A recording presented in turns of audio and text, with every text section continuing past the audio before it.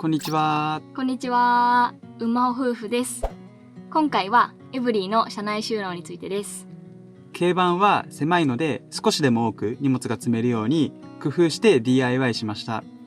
はい。今は車で生活する上で必要なものを厳選しているところです。それで荷物の収納スペースの機能だったり、実際にどんなイメージで収納するかを今回お話ししていきたいと思います。それではどうぞ。はい、ということでまずは上部の棚収納です。ここは車の両サイドに細長く作っていて、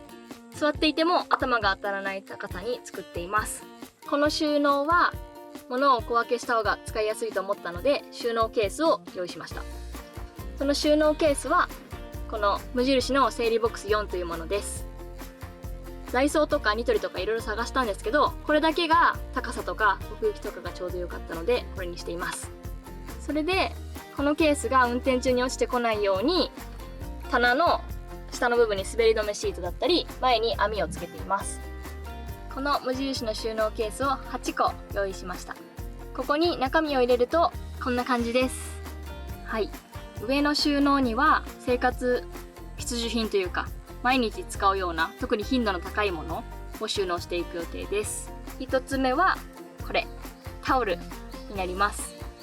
結構コンパクトなアウトドア用タオルがあって、これをもうたくさん詰めて置くのが1つ目の入れ物にしようと思っています。2つ目、これもかなり使用頻度が高いもので、洗面所周りのこういう消耗品とか、あとは薬とか絆創膏とかそういったものを入れています。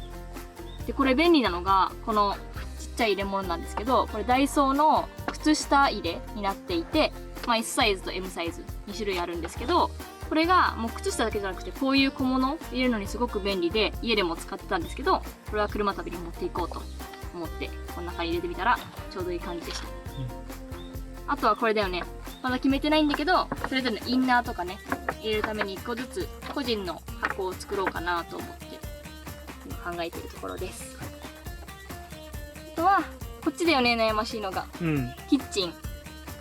キッチンって言っても大きいものはやっぱり下にしまうことになるんだけど、普段使いやすいなんかシェラカップとかさ、コップとか毎日使いそうなものは上に置きたいなって思っていて、私たちは普段キャンプをするのでそういうキャンプギアで揃えようかなと思っています。今決まってるのは、ここぐらいかな。ラップとかアルミホイル、あとはこのキッチンクリーナー、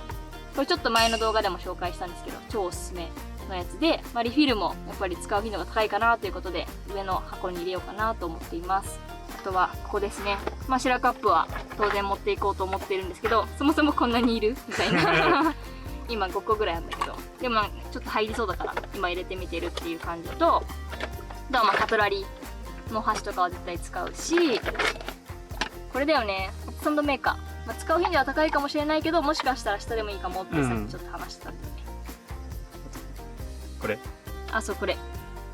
缶クーラーね。これも使用頻度高いんだけど、どうしてもじゃないからコップの方がいいんじゃないみたいな話もちょっとしているところ、とこれね、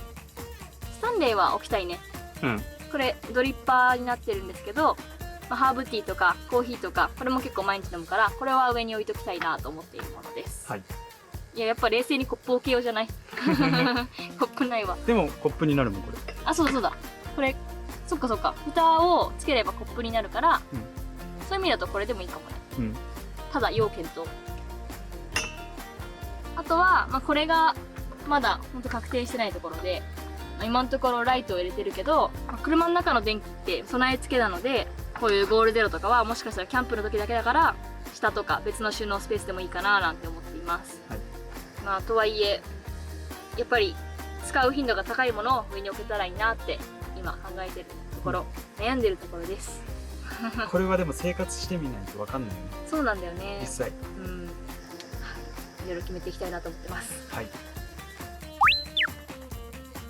い、次は壁収納です。ここは洗面所のものとか、あとはキッチン周りの調味料とかを置くスペースにしているんですけど、ここの上の壁収納については化粧水とか、あとは毎日使う歯ブラシとかを常備する場所にしていて、化粧水については今は別々のものを使っているんですけど、旅に出るときは共用で使うか、まあなんとかそれぞれ置けるようにするか今考えているところです。この下には調味料を置いてるんですけど、こういう調味料の小瓶がちゃんと入るようなサイズに工夫して作っているので、このぐらいの量を置けるようになってて、であと上に少し液体の調味料を置くスペースを作っていて、ここにはこういう瓶を入れているんですけど、下が滑り止めでまず動かないようになっているのと、この瓶自体にもゴムを巻いて、運転中も動かないような工夫をしています。あとはこの辺りも同じようなものを入れて、このスペース全体で普段使う調味料が完結するようにしたいと思ってます。次はベッド下の収納になるんですけど、ベッド下は3つの箱に分かれていて、ここはしっかり物が収納できるようになっています。真ん中の箱にはメインバッテリーが入っていて、サイドから操作できるように箱を加工しているので、このバッテリーはこの位置で固定にします。でこのバッテリーの後ろに結構しっかりしたスペースが空いているので、なんならコンパクトな炊飯器とか持っていけるんじゃないかなって今ちょっと思ってるんだよね。持ってくるといいな。まあ何か物がまだしまえそうな感じになっています。で一番後ろの箱にはこのバッテリーの拡張バッテリーが置いてあって、これもここに固定で置いておきます。でその上とあと横がスペースがあるので、カメラ機材とかを入れようかなと思っています。あとはブランケットとかちょっと隙間があればしまえるかなっていうふうに思います。はい、一番手前の箱が後ろの2つと比べてサイズが大きくなっていて、ここは食料関係のものを入れるように考えています。でちょうどワットノットの箱2つとソフトクーラーボックスで割と収まりがいい感じになっていて、あとはこの隙間とかに水とか入れれるんだったら入れたいかなっていうふうに思っています。でこの箱に関しては片方にこういうフライパンとか調理器具をなるべく収めて、もう1個には食料、常温の食料が入れられるようにできたらいいかなとね。結構入るんだよね、これが。これやっぱ一番スペースがでかいので、食料関係をここに入れようかなと思っています。